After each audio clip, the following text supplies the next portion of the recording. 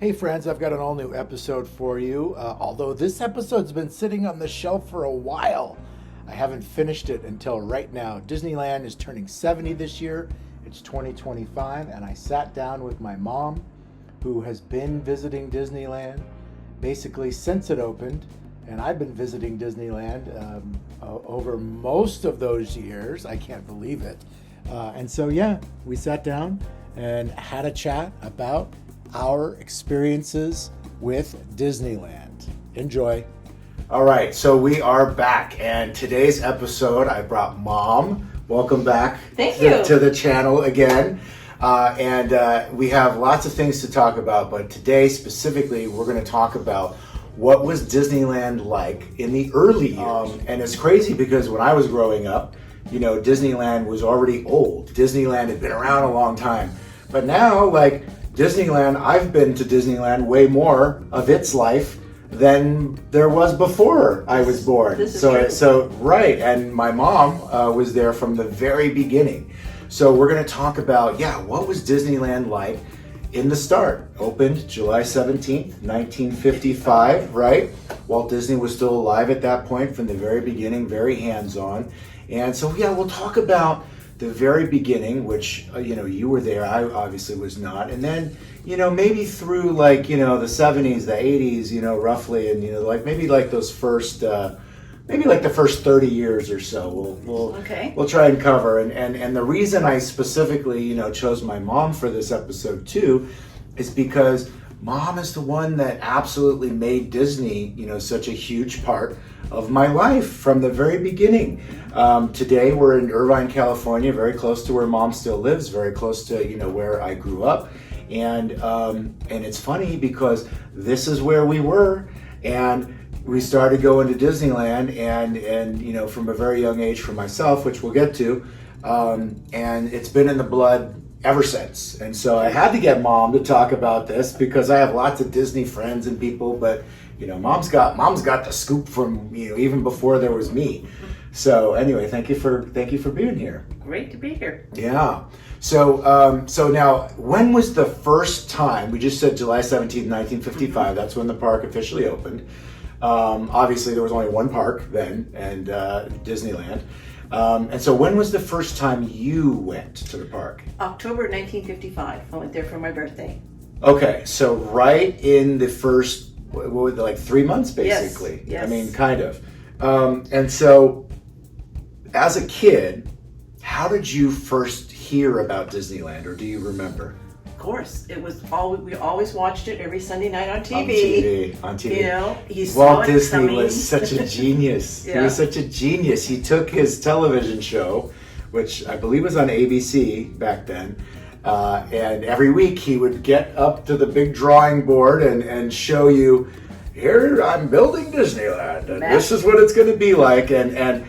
And at that point, right in the 50s, there were no theme parks. No. There was no place to meet. Little carnivals, that was it. Yeah. So there was no place to meet Mickey Mouse or Cinderella or, any of the other characters, Bugs Bunny or anybody for that matter. Like this was something, completely unheard of. I know. It was just like, all of a sudden, the people that you see in your books, that you see on your movies or whatever, they're there in real life, and it's how exciting! Right. So do you remember any detail of what you saw when do you remember what that thing was that made you say, "Oh my gosh," that he told you about on TV as a teaser? There was a lot of different things, but it was just the idea of you sit there and you looked at the castle. You got to walk through the castle, over the moat, over the water. Right. You go down Main Street, you had the trains, you had the different lands. Yeah. There was just so many things. Every time that he would tell you something else that was coming, it's like, I can't wait to go, I gotta go, It was such genius. And again, we're so spoiled. We've all seen a castle 100 times now.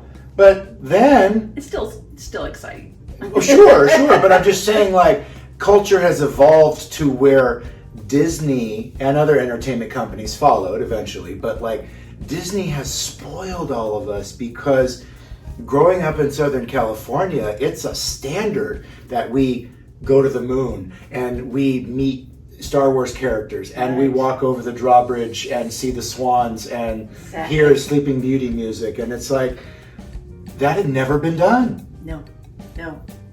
He was just unbelievable. The ideas he had and the people that he drew on to come and make it a reality. Oh yeah. Absolutely. Okay, so you see it on TV. There's all the buildup. How did you convince the fam to get you there for your birthday?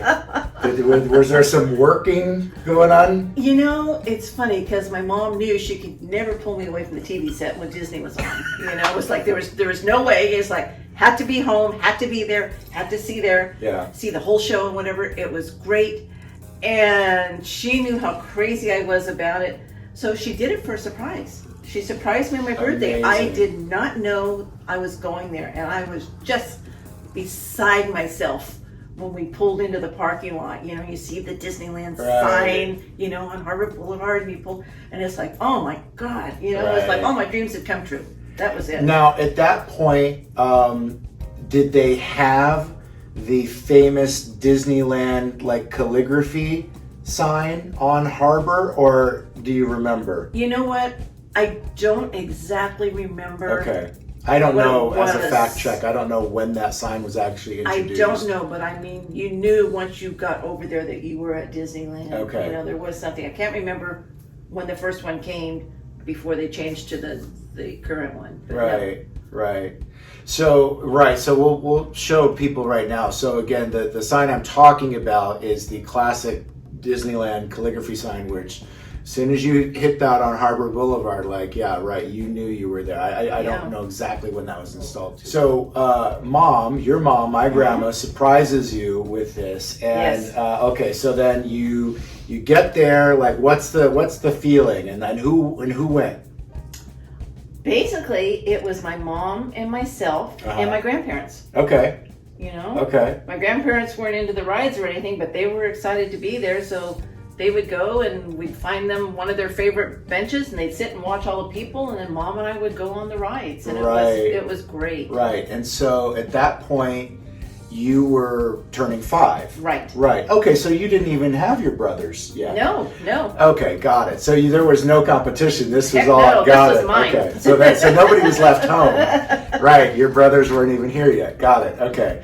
So you and grandma and then your grandparents. Wow, amazing. Okay, so tell me, like, what you remember, or like what was that? So you said when you were describing, you know, what Walt Disney showed on television, which caught your attention, right? And you said like the castle, right? And so, you know, Disney, Walt originated this term, at least internally. He might have gotten the idea from a carnival company or something. But one of his things was, he said, you know, every piece of entertainment we're going to build needs to have a weenie. And what he meant by that sounds weird in today's terms, but like, it's like, what's that thing that's going to catch your eye and draw you into the next area where he wants you to move to tell the story? Right. So the castle was the original ultimate weenie of, like, when you come in the gate, your view is blocked by the train station. Right. You have to go under the tunnels, and then you have to get into the city street. And as soon as you get into the city street, what is a castle doing down the street? It tells you where to go, and it moves the story along. So it's funny that you brought that up, as it wasn't even built yet, right? And like, you already knew what the king draw was. Oh my God, you're already like a magnet to the castle. Yeah. So what happened, like, when you actually got there? Well, like, what are your thoughts? What was the food? What were the crowds? What was anything? You know, I don't remember the crowds, because when you're a kid, it's like, you don't care, because you'll just wait as long as you need to wait to get on the ride. I believe I remember going on the Jungle Cruise. I mean, that was exciting. Oh my God, there was crocodiles, you know, the elephants, whatever, and that was so much fun. I remember, it's funny, one of the things I remember, and I don't know if it was the first trip or whatever, but it was early in the 50s. I remember the pack mules. I loved to go on the pack mules. I would wait however long it would take, because they would only go in little groups of like 8 or 9 or whatever at a time. And it's like, oh, because I love the horses, so that was close enough. We'd go there. Okay, so what does that mean? The pack mules, like what? The pack mules. Because that was before my time. Okay, the pack mules were in Frontierland, and basically you would get on the mules, and they would take you through a desert. It was a desert. You're riding scenario. Live animals in Disneyland. Right. Sounds crazy by today, right? Exactly. But they would take you in the back. They had like, oh, it's terrible. What? I can't remember the name. The gulch that's still there, the little town or whatever.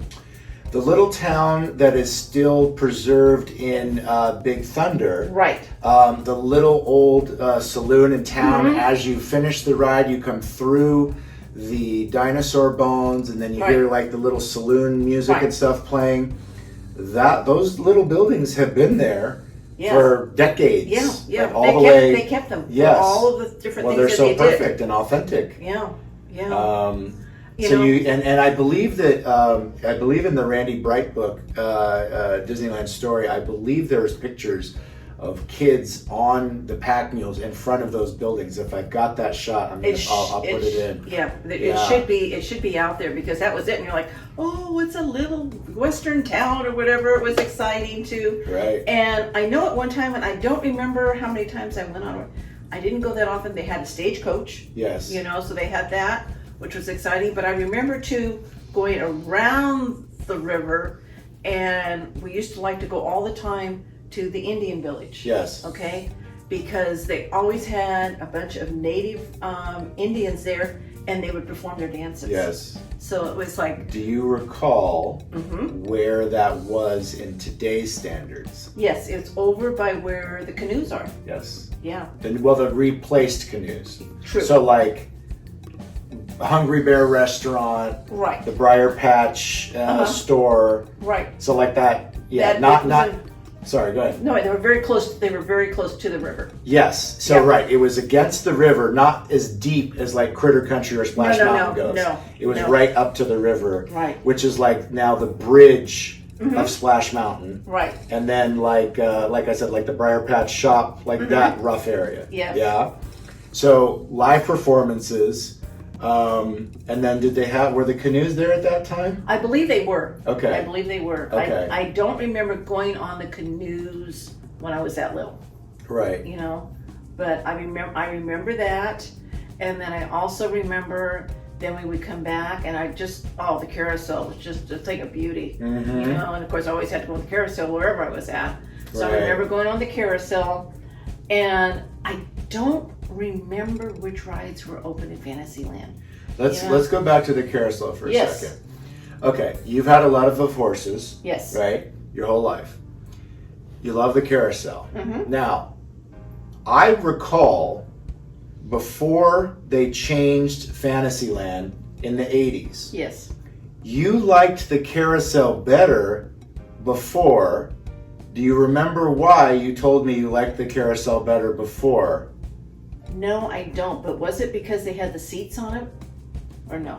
Here's what I recall. Okay. And again, fact check me if I'm Okay. making this up. You told me that you liked them better before because the horses weren't all white. That's correct. That's right. It was the brown horses were always my favorite.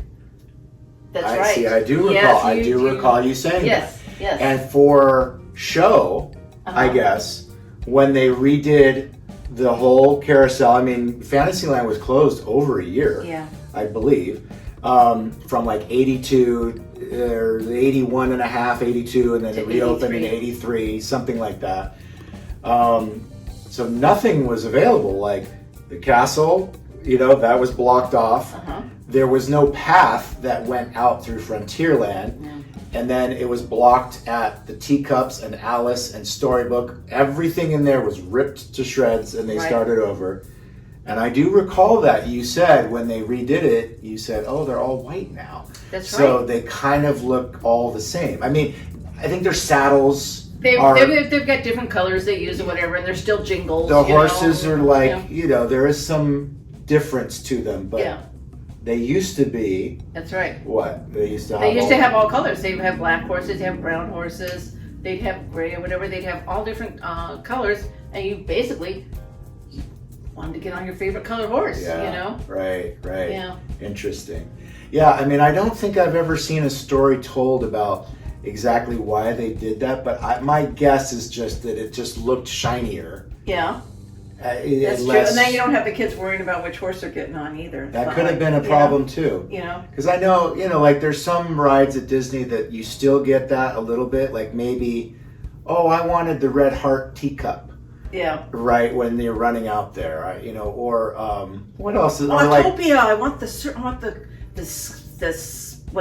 what do you call it? The one that changes all the different colors. Iridescent color. The iridescent one is like, oh my god, I want that one. I do recall that as a kid though too, because you had red and yellow and light blue, and then you had like dark green and I remember wanting a certain color car. Oh yeah. And you never got it. I know. And Skyride. Oh, I had to be on the blue one in the Skyride. Oh, that too. In the buckets. And the People Mover. So yes. it's like.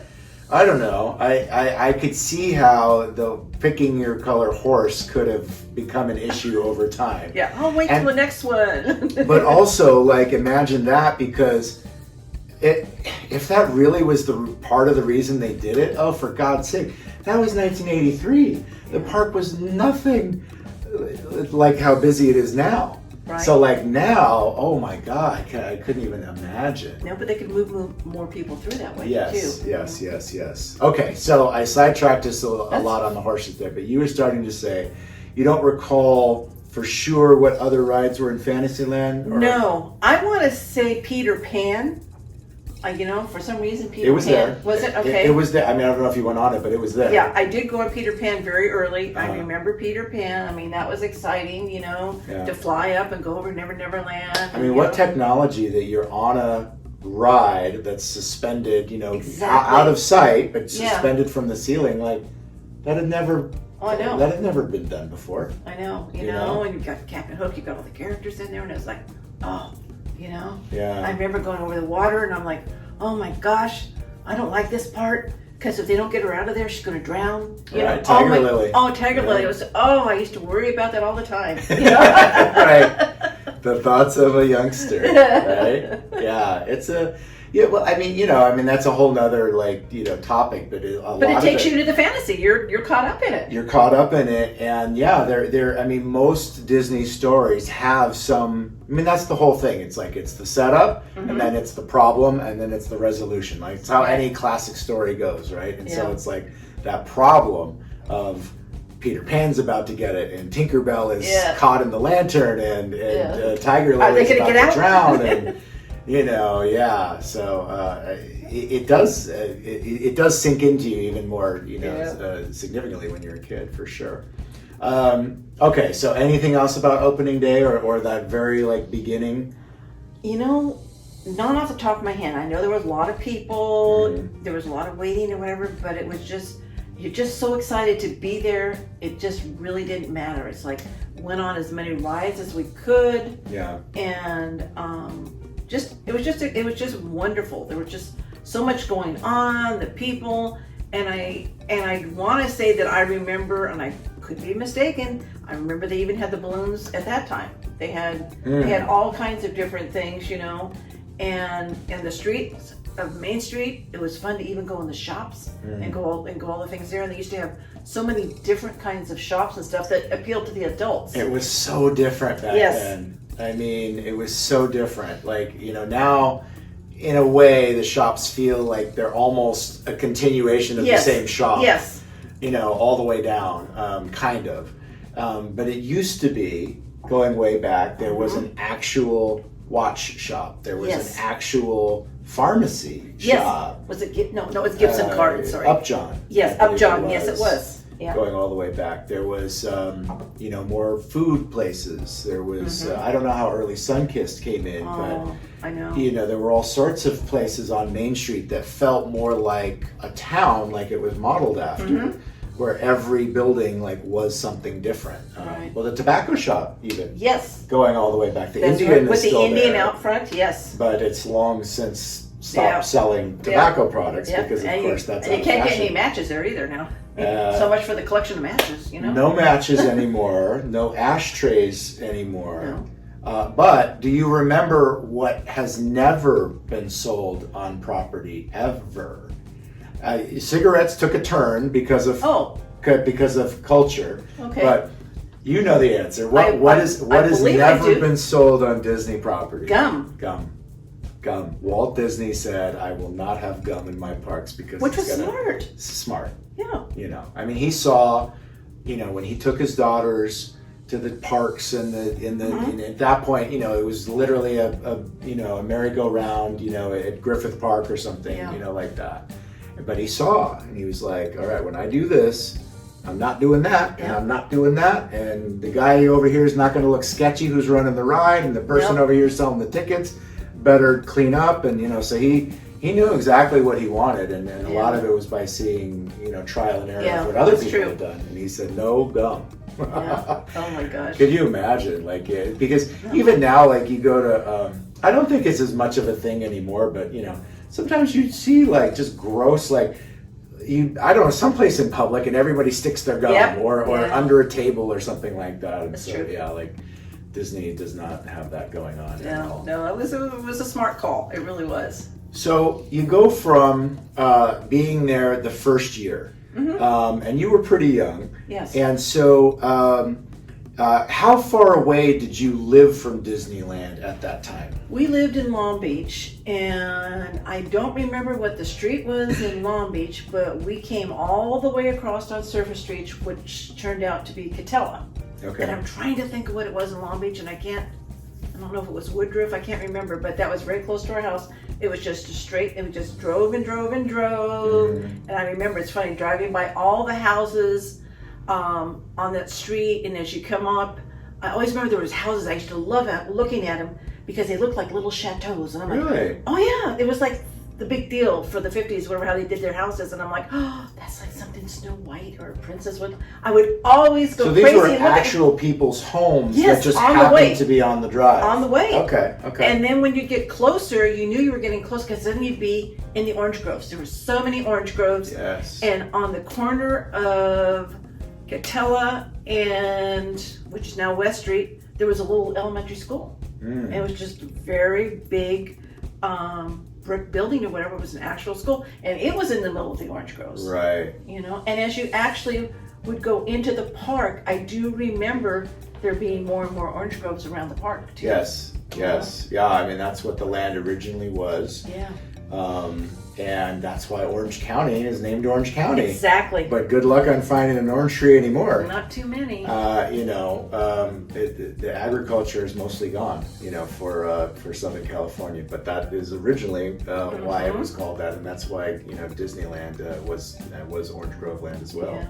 So, so you lived pretty close to the park, so it was accessible. You were still seeing it talked about on television. Right. Were you going to see Disney movies at theaters and things like that? Okay. Definitely. You're still being exposed to all the Disney things, Constantly. and again, in a different way than now. Like now, you can't go anywhere without a Disney movie popping up for you. Yeah, it's like, where's my Cinderella watch I used to have? I wish I could find it. Oh, you know, gosh. It's like whatever they had out that came out, it's like, oh, I have to have that. You know? Right. I mean, I've had so many things like that too that I remember from my childhood, and then people say, and I'm like, it used to be in your room. It used how to be do on you your know wall. what to hold on to? Exactly. For God's sake, otherwise we become pack rat if we keep everything. Everything might, you know, become something. But so you went right in the very beginning, Yes. and then what I want to ask you next is how often were you going, like in your youth? Not very often, because it was expensive. Yes. You know, and my mom was on her own trying to take care of me, so it's like we couldn't afford to go very often. We would go, I know we went a couple of other times because I remember my grandparents being there, and I can remember my grandmother buying my mom some beautiful crystal glasses from Austria that they sold. In fact, I have them in my hutch at home. Oh wow! And now again, that was to on be Main clear, Street. Yes. you bought beautiful crystal glasses on Main Street. Yes. That had nothing to do with Mickey. No, absolutely They just not. were beautiful. They were gorgeous. Glassware. They were gorgeous. And it wasn't like. No. It wasn't like character based. No. Because now it's very tough to find anything that's not character based. Yeah, because I mean, they had some spectacular things Right. in their shops. But I mean, I remember going to get that. I mean, you know, I remember doing that. And no, it just was like I remember every time we'd go there, we would always want to go out and we'd always want to see the dancing, or if they had any shows that they were putting on, we made sure we'd go see the shows. Mm-hmm. But no, we always did as much as we possibly could. Right. In the 50s. I ended up going probably more in the 60s. Okay. So what was going on there in the 60s, or what was different, or what do you remember them growing or building? Oh, I can remember. I remember House of the Future. That was exciting. Yes. You'd wait for long lines to go through that, you know? I've only seen the pictures of that, but yeah, that was right in the front of Tomorrowland. Exactly. Basically where Pixie Hollow is right now. Exactly. Where the King Triton statue used to be at some point. But tell people what that was. Basically, you go up the street, it was like you had this side, this side, this side, and this side. And it was all their idea of a house of the future. Right. And it was like, you're just like, oh my gosh, can you imagine this? It was just always so exciting to go in there to see what they thought was coming. Correct. You know, and you would always go through and you would tour, you know, like, oh, there's a big TV, there's this, there's that. But it was just neat. And I don't know who the sponsor was, if there was a sponsor, but I just remember that was always one of the things. Plus, it was a freebie. You didn't have to give up one of your glorious tickets. Oh, that's out right. of your ticket Because book. you had to. Every ride required a ticket. Yeah. You know, in the very beginning. Well, basically, like the first 25 years or so. Yeah. And okay, so that was a freebie. Yeah. Right. Now, I think the answer to your question is Monsanto. I believe Monsanto Was sponsored that? multiple. Well, I remember something else they sponsored. And yes. I believe they were a part of House of the Future because it was made of rubber. And they were.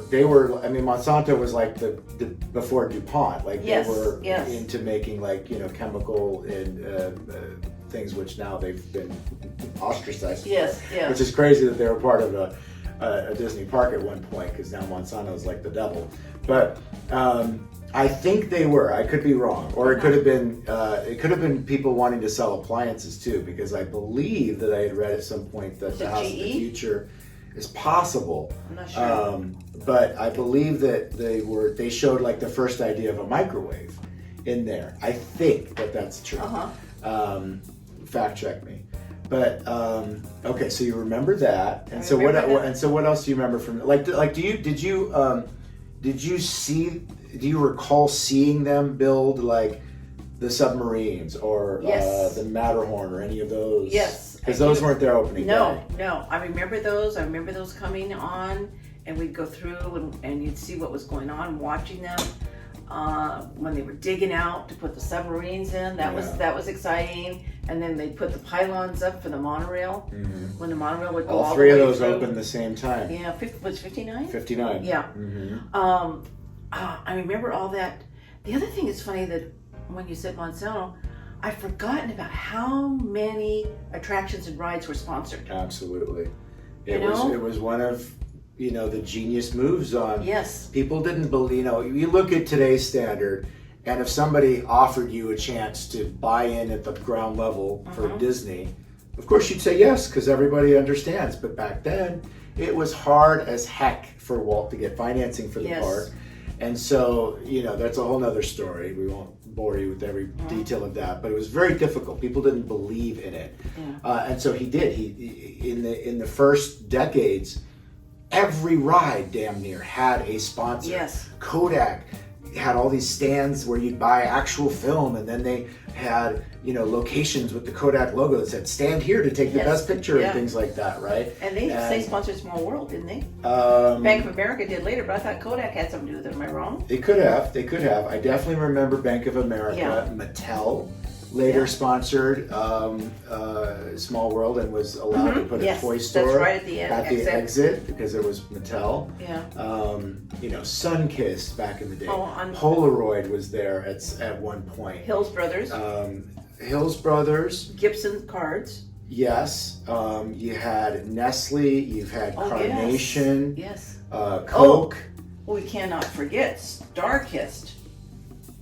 StarKist was the sponsor of the pirate ship in Captain Fans. Hook. Captain Hook, and that was where you would go to get a tuna sandwich or some other various kind of fish sandwich or whatever. Fish type, right? Yeah, you get it, pick it up, and take it. But it was so exciting. It's like I didn't like tuna fish much, but if I meant I got to go on the boat, fine, I go on the boat. So it was a life-size pirate ship. Huge. If you are not familiar with it, we'll show it here. And yeah, like you got to eat on Captain Hook's ship. Like, my God, like it's so amazing. And so I think by today's standard, that's about where Dumbo is now. Yes, because Dumbo has moved in time, just like the teacups and the carousel have moved. But right, so like dead center almost when you came through the castle was this giant skull rock with a waterfall, and there's Captain Hook's ship parked right there. Yes. And you'd go eat a tuna sandwich. Yeah. Amazing. Something that happened back in the day too, which would never happen again because sponsors are crazy now, but like Coke and Pepsi were in the park at the same time.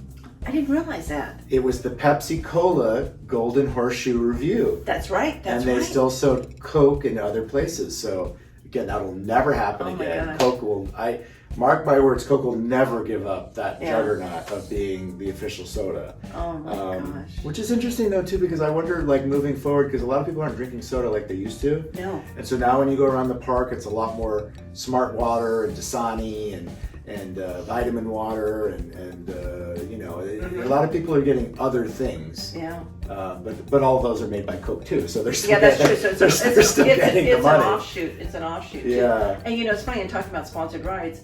I remember Monsanto Journey to Inner Space. Yes. Yes, and that ride was gone, by the mid '80s. But describe that ride for those who don't recall.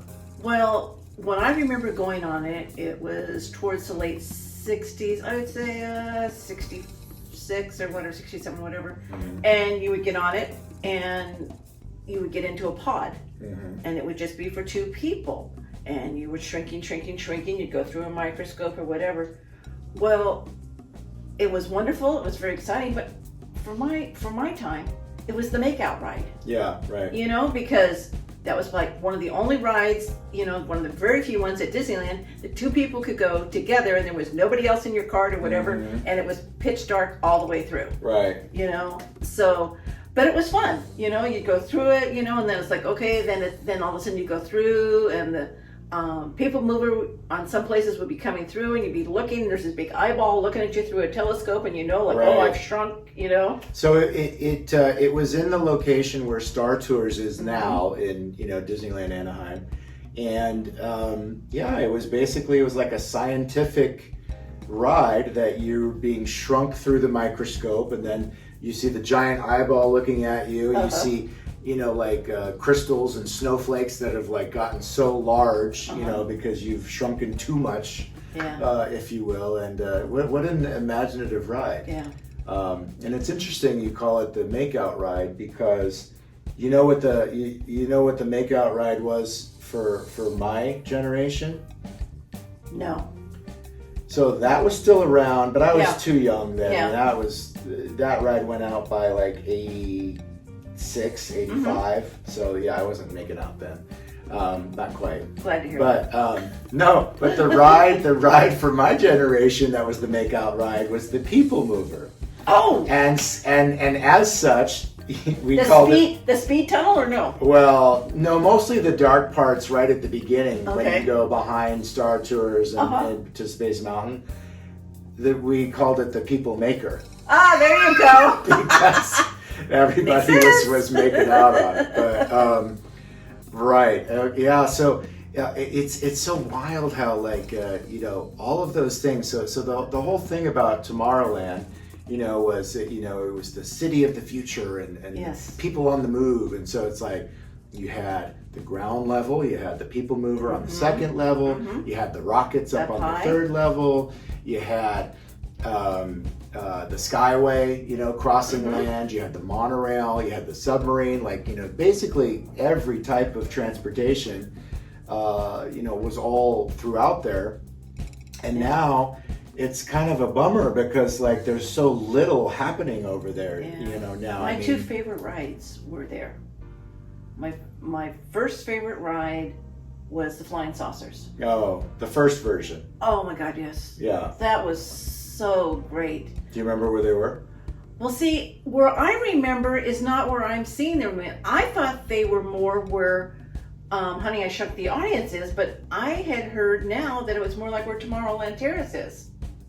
Do you know? Well, I mean, they're still pretty close to each other. The pictures that I saw, and again, I don't have the cheat sheet in front of me. Yeah. But from what I saw, it looked to me like they were between Pizza Port and Starcade. So I think the theater is correct. Yeah, because that's what I remember. I always thought it was like right over there. Yeah. You know? So basically, right, before there was a Space Mountain, and before there was a theater, there was a big outdoor Tomorrowland theater at one point too, before they enclosed and made the super secret project of Captain EO in 1986, and then all the, you know, attractions that have followed in that theater. But it used to be outdoor and uncovered. Yeah, and that was exciting. Except you had to wait so long, but it was the greatest ride. You were like propelled. It was like air. Yes. And you just lean whichever way, and your saucers would go. I mean, it was almost like you were on bumper cars. Yes. You know. It was like bumper cars on a giant airfield. Yes. Yeah. Right. Yeah. Right. And I mean, I love that. Absolutely love that. Not my favorite, but I also remember there used to be the flight to the moon. Yes. And then when we got closer and got to the moon, then it became Mission to Mars. Correct. Right? And they changed it. But same ride system. Right. But they just updated because things. it's not tomorrow anymore if we're talking about something we've already done. So it was go to the moon. Well, now we're going to go to Mars, and they updated it, and it was good. I don't know if you remember, but when I used to take you on that, we go to Mission to Mars or whatever. Yes. And we were coming back down or whatever. When you were little, I used to always tell you, "Oh my God, they're not bringing us back to the right place. They brought us back to Knott's Berry Farm by mistake." So, I don't recall that exactly, but here's what I do recall for my precocious ass. You know, too smart for my own good sometimes. The movie, when you're looking at the screen and you're landing, that is not what Disneyland looked like. So I knew, I was like, regardless of what you said, I knew that isn't, like, that didn't look right. That's not what we were supposed to do. Because I know what Disneyland looks like from the sky. Yeah. And they did a good job on the ride, but it wasn't precise. Like nowadays, it's so advanced when you're on Millennium Falcon, right? Smuggler's Run. You take off and you turn, and it's showing you take off from the land that you got in the ride, like they've learned. Yeah. But back then, they hadn't got that precise on the detail, and so you may have said that, but I was like, yeah, whatever. It's like, oh, she's gonna say it again. I've heard that before. But it was funny because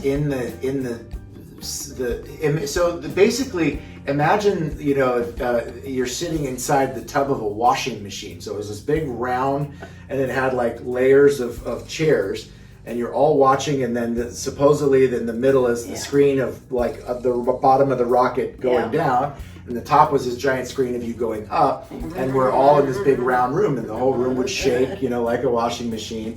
And then at some point when the air pressure was changing and stuff, your seat would go whoosh, and it would like adjust a couple of inches, and that was like weird. It was like, you know, I mean, if my butt had been bigger, it might have got stuck in the little, you know. But it was different technology back then. Yeah. It was great. Yeah. But I do recall that ride. Yeah, that was funny. Yeah. Or the last days of it at least. And then my other favorite ride was Carousel of Progress. Yes, of course. Oh, I miss America Sings was good, but you couldn't pass Carousel of Progress. That was just absolutely spectacular. Right, and that still exists barely in Florida. So they took it there. It's still there. It's way past its time. Yeah. But it was something that they developed in the 60s. Walt, developed in the 60s for the World's Fair. And they ended up coming to Disneyland, among other rides like Small World and what else came from that? Tiki Room. Tiki Room, Small World. There was also the Ford, the Ford car, with the cars that but you would ride in. Yeah.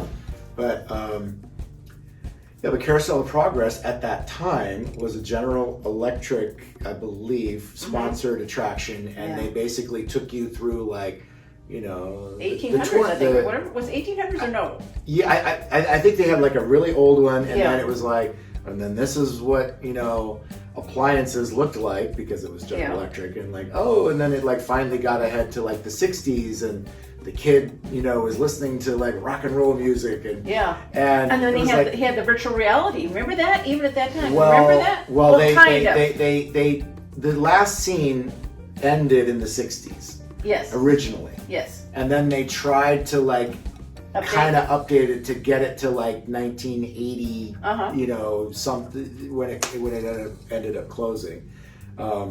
But yeah, and of course, Great Big Beautiful Tomorrow is a really catchy song that played in the attraction, and so that was cool too. I don't recall it at Disneyland, but I do recall riding it in Florida. Yeah. And of course, I remember America Sings, because that was there all the time. Wait, what am I saying? Of course, it wasn't there. No, America Sings closed in the mid '80s. So America Sings was for the bicentennial, so it was there from 75, 76-ish to 85. Right. And then they took it out, because then they put it sat there for a very long time, and then they took the animals out and put them in Splash Mountain. Yeah. But America Sings was great too. So, something else that was different about the parks back then as well is that they relied so much more on entertainment than they do now. Which I think was better, but again, that's a whole other discussion. But what do you recall about, the early days of the parks, the early decades of the parks, when it came to special events or things like that, when people went to the park? I remember mostly Saturday night. I think it was also Friday night too. They would have date night, and of course people would be able to get in, after 5 o'clock or whatever. They would have bands all over the park, but the bands were for all ages. You would have the big dance bands that your grandparents used to love to go and listen. They would go and hear, Tex Beneke, and they would hear, oh my God, I can't think of the other ones. I would say Benny Goodman, I'm not sure.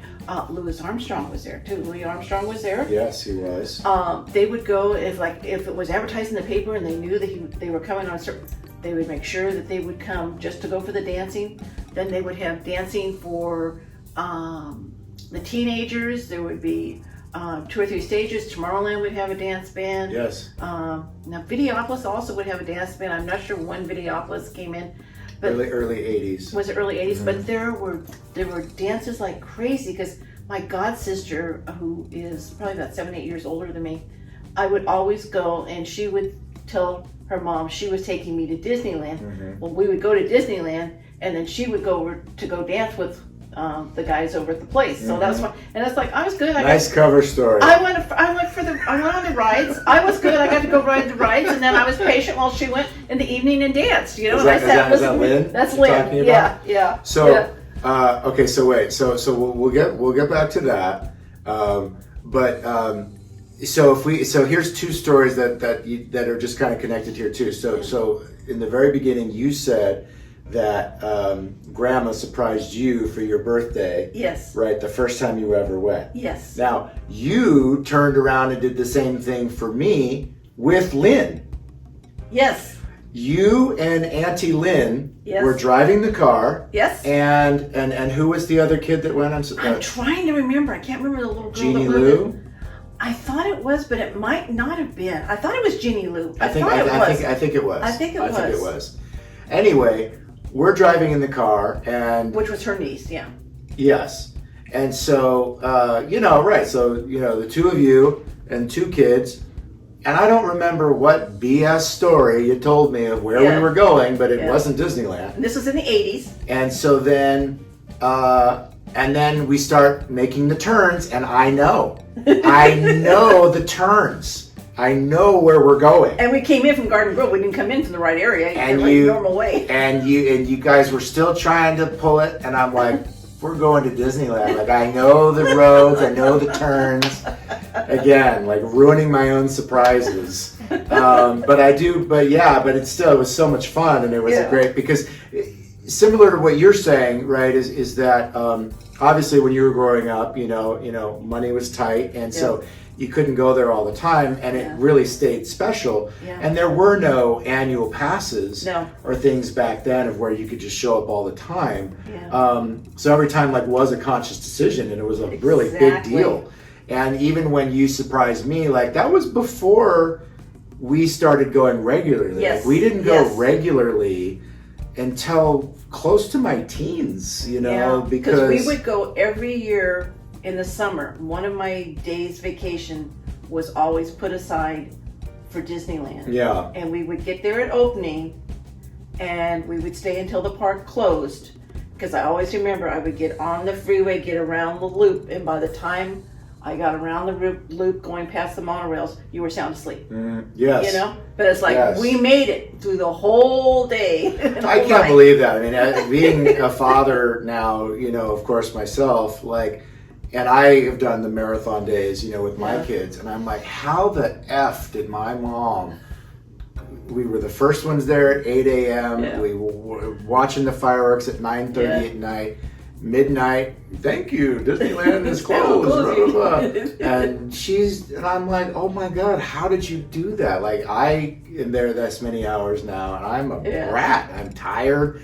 I don't want to, be there. I mean, I do it, but I don't know how you did it. That was. It was our special time. It was. We look forward to it. It was. And if we lucked out, we would get to go another time when our family friend Mary Harris October would the private get us in when they would have the private parties from the companies or whatever. Yes. It was great. There was hardly anybody there. You would pretty much wait 5 minutes to go on all the rides at night. It was This was a time when corporations spent X amount of dollars and made a private party, bought out Disneyland, and it didn't take away from the Disneyland experience, because at that point Disneyland was only open late on the weekends. Right. So these parties would be on weeknights when they normally closed at 6 or something anyway. And then the door closed, and then the door reopened with your ticket for the private party, and you'd be there maybe 6 to 10. Yeah, something like that. I'm trying to think. Something like that. Not an all-nighter. Yeah. But oh my God, it was so exciting. And the banner of the company would be hung across Main Street on a little retractable banner, and oh my God, no lines, and how we didn't know at the time as well, these were no lines compared to the lines of the 1980s. Yeah. And the lines during the day were better than anything you could ever experience now. It doesn't exist anymore. We didn't know how good we had it. We didn't know it. We had no idea. I mean, we know now. But oh my God, a normal day at Disneyland was not the insanity of what it is now. Yeah. Do you recall that, for many decades in the beginning, Disneyland wasn't even open every day. No, they were closed Monday and Tuesdays, I believe. They were closed every Monday and Tuesday. They were closed on Christmas. Yes. They had a soul back then. It was really different. But yeah, okay, so the other thing I recall about the early days too, so you were talking about the grandparents left to come and watch bands, right? I remember that also because when I worked there, we got them to come back with my passes. Yes. Because now again, I worked there in '89, so this is jumping way ahead. But there still was a last trickle of some bands that they were doing then, and they still had the dancing in Tomorrowland and Videopolis at that point. But the old school bands for the grandparents, orchestras. They played at, Carnation Plaza Gardens, which when you're coming up is to the left of the hub. Now it's the Princess area. It's the Princess Fantasy Fair, I believe is what it's called these days. But they'd have bands playing there. And then they had a giant ice cream shop connected to it, Yes. which is why it was Carnation. Oh, yeah. Yep. Carnation, the dairy, Plaza Gardens. Yes, it And was. Grandma and Grandpa loved going to that they too. always And, did. yeah. And getting, I'm trying to think. Was it Fantasia ice cream? I think they had too. The flavor. Yes. It was like multiple It was flavors everything of thrown sugar. into it. Yeah. Yes. Yeah. That's right. That was their special flavor. I just Yeah. recalled Yeah, that. that's because funny. you brought it up. Yeah. So, bands, special events like that. Again, later they really focused on that too, like during Blast of the Past, which were the specialty gosh, events yeah. they did in the 80s. State Fair. Yes. But going back to when you were a teenager and your younger days there, did you go to Grad Night I did. You did. So Yes. Grad Night was around when you were in high in school. the olden days. You said it, not me. No, I was there for Grad Night in 1968. Yeah. That's when I got engaged. It was Anyway. a big year. Yeah, it sure was. We all learned. No. No, but it was exciting because I have to go over with you when you went, but it was like you have to sit there and you have to stay at the school after graduation, and in order to go to Disneyland and go to Grad Night, you have to be dressed to the hilt. The guys all had to wear suits. Yeah. The women had to wear dresses, no pantsuits, nothing else, and we all had to wear high heels. So we were there, I would say the buses took us down there, and we were there probably from 11 in the evening till 5:30 or 6 in the morning. Mm-hmm. And it's like you're all excited and you're going to all the photo things, you're going to all the dancing, you're going to all the rides, and there was probably maybe 4 or 5 other schools in there at the same time. Mm-hmm.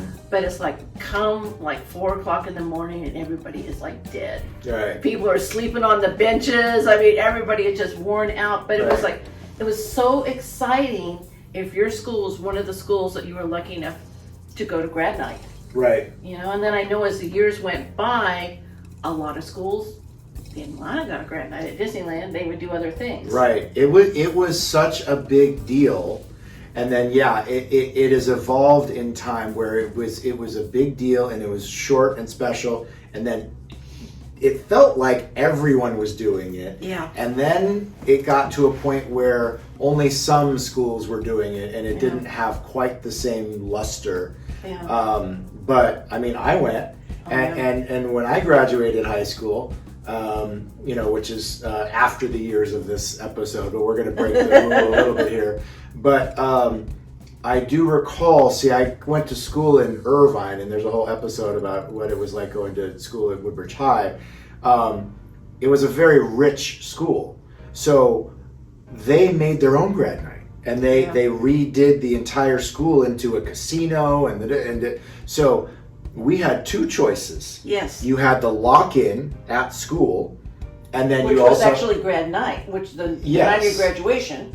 I think that's right. Yes. The next one was the next night. Okay. So I don't recall that part, but so we had our own grad night. So a lot of kids didn't go to Disneyland. Right. But I did, and it was so cool. Like it was so much fun. Like I really, really enjoyed that, for sure. What so you went to grad night, I went to grad night. So what do you recall, as we're sort of getting to maybe like, the 70s, you have me now, and when maybe I first went and those years. I first took you, and you were almost 9 months. Was the first time that I took you, and the whole family went. The grandparents went. I believe my brothers went. We all went, and it was exciting because there was more and more rides. Right. There were more rides that even with you being little, I remember was pictures of us on the train. We could take you on the train. We could take you on Casey Jr., Storyland boats. There was a lot of things, the motor boats. There was a lot of different things at that time that we could do. And also, by that time, finally, after years, Haunted Mansion had opened. Right, yes, because Haunted Mansion had sat as a building, as a prop Yes. for many years before they ever actually built it. And, you know, because the actual mansion that you see that you're going to is just a facade. Sorry, spoiled it. But yeah, the technology hadn't caught up for all of the ideas that Walt and his, you know, Imagineers had wanted to do. So they waited because they were like, this isn't up to snuff yet. We don't want this to look like a bad magic show. And so they waited. And then, Haunted Mansion didn't open until the very late 60s. And they changed it because the original idea was going to be a walkthrough. Yes, it went through many iterations and Yes. still gets, you know, updated as one of the most, it's one of the most updated rides because obviously it's one of the most favorite. Yeah. I mean, even, you know, how many years it took to get the Hatbox Ghost back. He was gone for many times because it was considered too gruesome, and then now, you know, he's been back for several years now. And then also, like, close before I was born too, they opened Bear Country. Yes. So Country Bear Jamboree. So there's that was good too. That's one of the things that was so amazing about Disneyland is that, you know, you could take a really young child and there's still stuff to do. Plenty of things to do. You know, if you're a teenager and you're all about the roller coasters, we're like, okay, well, yeah, you could do that too. But there's tons of things that, you know, young children can do, or even, you know, just, you know, be mesmerized by the balloons. Yeah. Now, on today's standard, it may not seem worth it to spend, you know, the $209 to have your kid look at a balloon. You can show them on YouTube. You can show them on this channel for free. But it was, I mean, obviously, like, if you described it was a family of 6 of us going, didn't sound like we were stressed about the costs compared to like what that would be now. Right. I mean, it was different, right? It was more reasonable. Yeah. But of course, people were making a lot less money too. Yeah. You know, at that time. But it was like, and see, the other thing too is for the adults, if they didn't want to go on the rides, they would just buy a general admission. Yes, right. They didn't have to buy the ticket book. That's right. This was still in the individual ticket. So you paid whatever it was to get in the gate, and then you paid per ride. Yes. Right. So you could hang out for a very reasonable rate. Yes. Yes. And if everybody didn't want to go on the Matterhorn, well, then you didn't need 6 e-tickets. That's Maybe right. just 2 of you would go. And yes, that's right. It was a much more, now Disney wised up because now you pay it all and we don't care how much you do. Yeah, like, that's true. That's true. It's very different. Oh my gosh. Okay. What else? So what else do you remember, like when I was young, you know? I can remember the parades. Oh my gosh, you always have to do the parades, you know, the Christmas parades, the fireworks. Could never go home until we watched the fireworks. Yes. Always had to be there for the fireworks. There was always so much. And then if we were lucky enough to go with the holidays, that was just over the top, you know? Yeah, and today also I feel like so many things with Disneyland have, you know, grown and continue to just be plussed and plussed and plussed. You know, Christmas was super special, and yet now it's so, every detail has got a light and a wreath and a whatever, that it's insane, like going there, because everyone knows how special Disney is at Christmas, and it's like the traffic, the crowds are just insane. It is. One of my favorite things growing up, I recall, speaking of Christmas, and again, even the level of detail when I was young, which was a long time ago. I grew up in the you know, late 70s, 80s, and even Bear Country had its own, you know, like wreaths and decorations, and they changed the Country Bear show for Christmas. The whole show changed, new songs, new Holiday jokes. Show, Every inch of the theater was decorated, and so, you know, that was sort of the first time, at least of my memory, when they changed a ride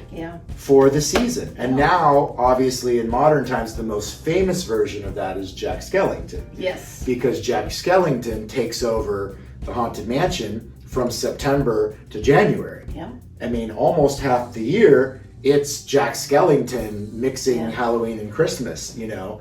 But Country Bear, going way back, that's right. was kind of the first, you know, pioneer ride that said, we'll make a second version. I know. And it was pretty genius. So let me think. So then there's only the 3, right?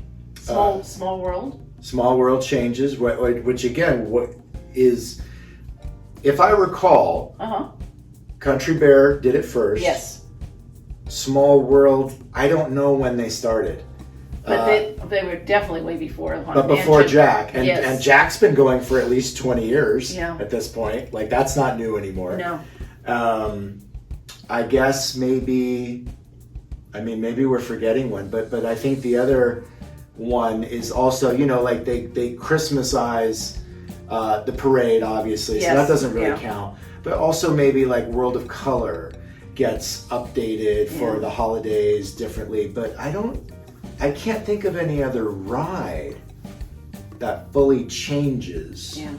That might be it. Yeah. But like, again, just really interesting, specialty attractions that could do that. Like super, super cool. I digress. You know what else I just reminded me of? You said World of Color. Yeah. Remember Circle Vision? Oh, Circle Vision. Oh my gosh. Yeah. That was spectacular. And again, that was a freebie. Oh, was it? Yes, it was. Okay. Maybe I'm wrong. For some reason I thought it was a freebie. If it wasn't a freebie, then maybe it was like a C or D ticket or whatever. Okay. So but Circle Vision was just gorgeous. Now there's still versions of Circle Vision in Florida. So Circle Vision is where you go into this giant room. You're standing, which is a little uncomfortable for today's standards, and you're watching a 20-minute movie that was filmed with 9 cameras in 360. So you're standing and you're looking around the room. And so imagine like this camera, not even a tripod, but a 9-pod is like sitting under an airplane. So you're like, you feel like you're flying over, the Alps or whatever the different, scenery that they had. It sort of is like a precursor to Soarin'. Yes. Over California. So Soarin', they actually put you in to sit down and you're like flying, you feel like you're flying over. Where there were times when you would watch Circle Vision and you might lose your balance. Oh my gosh, when the fire truck was going around the corner? Because you might feel like the motion is a little too real. And because these screens, were literally like, I don't even know how big those screens were, but it was a monstrous room. Yeah. And it overtook you. Like you were lost in this, movie. And that was, again, exceptional for its time. Yeah. That was before, now you go to Universal Studios and some of the Disney rides too. And now a lot of people will argue that they overuse screens. There's too many screens in the rides. It's cheating. But this ride, that's exactly what it was about. They weren't trying to trick you. They're just like, this is what it's like to fly over these icy mountains. And it was ahead of the time. Nobody had anything like that. Nothing. It was really genius. And then, so that was, by today's standards, that's where Buzz Lightyear is now. Just to the left of, when you walk in Tomorrowland. And that was also, it was also sponsored a lot by travel. It was about travel, like see the world. So like PSA, which is an airline that's no longer in business. Yeah. And there was another airline. United Airlines sponsored something. Did they sponsor Tiki Room? I'm trying to remember. At one time they were in there and I can't remember. I feel like it changed to another airline if it was Delta. Maybe. Delta definitely sponsored in Florida because Atlanta and Orlando were like hubs. Don't recall. It's not. I want to say it's United Airlines, but could have been. I'll look that up later. It could very well have been. Right. We'll be experts by the time this actually airs. Gosh, go ahead. I was saying another thing too when you were small too is like when we would be getting so hot or whatever, then we would duck in to Fantasyland Theater. And we could sit, and as long as we wanted, in the air conditioning. Oh, it was nice and cold in there, and we'd watch the cartoons. Yeah. That it's interesting that you brought that up because I was just talking. So again, this is the summer of 2021. We're just past pandemic. Parks are really full, and it's a really hot summer right now. Now, I had some friends because I've been a lot since the park has reopened, and I've had some friends that said, "Tell us the tricks," and I said, right now, unfortunately, there aren't as many tricks as there used to be. Yeah. To the point that you're bringing up even air conditioning. Yeah. Disneyland, and now that there's 2 parks, used to have a lot of places you could go hide out for a little while. Yes. And suck up the air. But there's no longer, the theater under Space Mountain right now is closed. Right. Star Wars Launch Bay, which is in that big, circular building. Yeah. Tons of air conditioning, closed. Oh, it is. The theater for Bugs Land, gone. Yeah. The theater for Muppets just reopened. Oh, okay. So basically, Is the Lincoln only, open? I think Lincoln's reopened. That's Okay. that's a good point. But there's so few places now to go just hide collapse. out in an air-conditioned theater. You just ride the train round and round and round. Yeah, but that's not air-conditioned No, that's either. true. You get the motion. But to your point, that was another theater that's no longer here, and they eventually put Pinocchio in Yes. where the Fantasyland Theater was, and that was Sponsored by Welch's, if I remember, because they had Welch's grape juice Welch's that you grape. right to the side of the theater when you came out. And the decor in the Welch's stand, do you remember what movie the decor in the Welch's stand was? I want to say, no, I could be wrong, but I'm going to say Robin Hood. No. No, then I don't. Fantasia. Because it had the little Pegasus on the wall. Yes. Just something that Wow. stuck in my head as a kid. So that went out. Pinocchio came in. And again, this is 83, 84. This is about where we're getting to with the first 30 years. They took that out. They put in Pinocchio. They added Sword in the Stone, Yes. where you could actually try and be King Arthur for the day and pull the sword out. The carousel changed to King Arthur's Carousel. Right. And interesting because now, I don't know, you fast forward all these years and a lot of kids have no idea who King Arthur and Sword in the Stone are. Yeah. So it was an idea at the time. Even Pinocchio is very rare that it gets a line.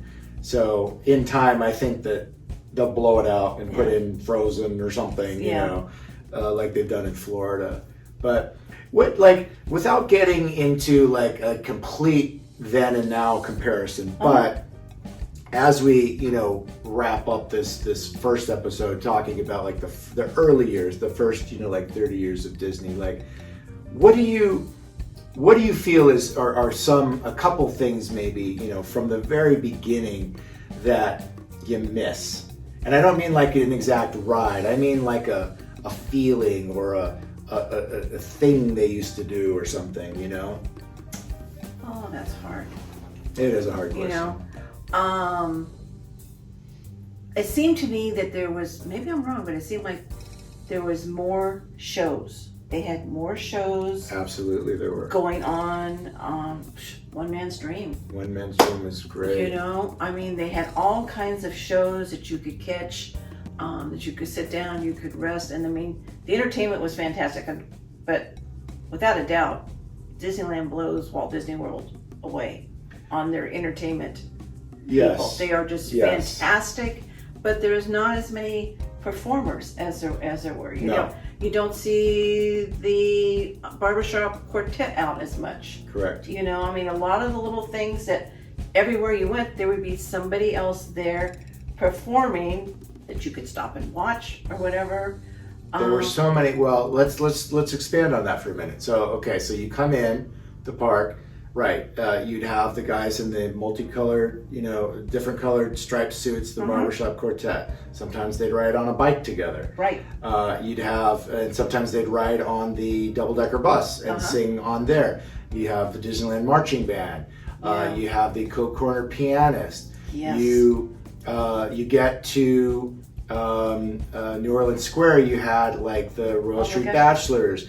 You had a different band that would sometimes perform on the little stage that's in the French Market. Yes. You go over to Tomorrowland, you'd have bands play at night. Sometimes the Disneyland band would be lined up all on the top floor of America Sings and perform from up there.